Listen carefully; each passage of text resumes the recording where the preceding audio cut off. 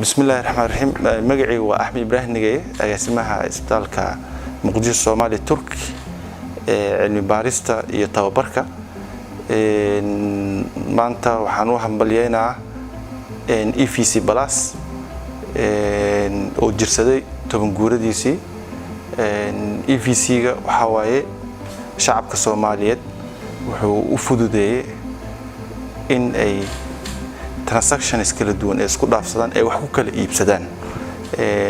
booski shilin Soomaaliga iyo dollarka buu noo buuxiyay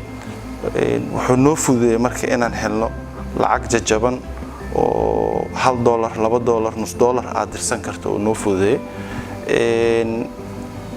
shacabka Soomaaliyeed aad ay macnaha ugu faa'iideen gaar ahaan sektorka caafimaadka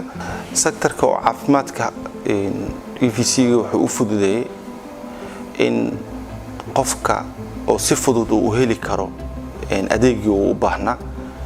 asagoonan u mareynin in oo lacag badan oo gacanta uu ku tiriyo amba dollarkii inaan la dhihin dollarkan waxa waaye mid fake ah iyo wax la mid ah yani si fudud wuxuu ugu dirsanaa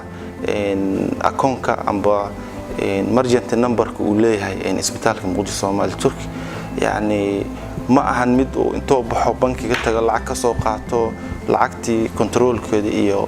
ay dib ay ku noqoto laakiin si fudud oo intuu imaado wuxuu sameeynaa qofka adeegiisa in oo wixii looga baahnay dhiibto adeegan anagan hore aan ugu qabano haddii aysan jiri lahayn EFC-ga problemka ugu weyn waxa waaye inay adkaato yani bukaanka shaqadiisa inay adkaato oo anaga naftirkeena kaashiyeeradii dadka lacagta qabanayo kale inta maanta dhan ay ku mashquulaan controlida lacagtan masaxa maqalada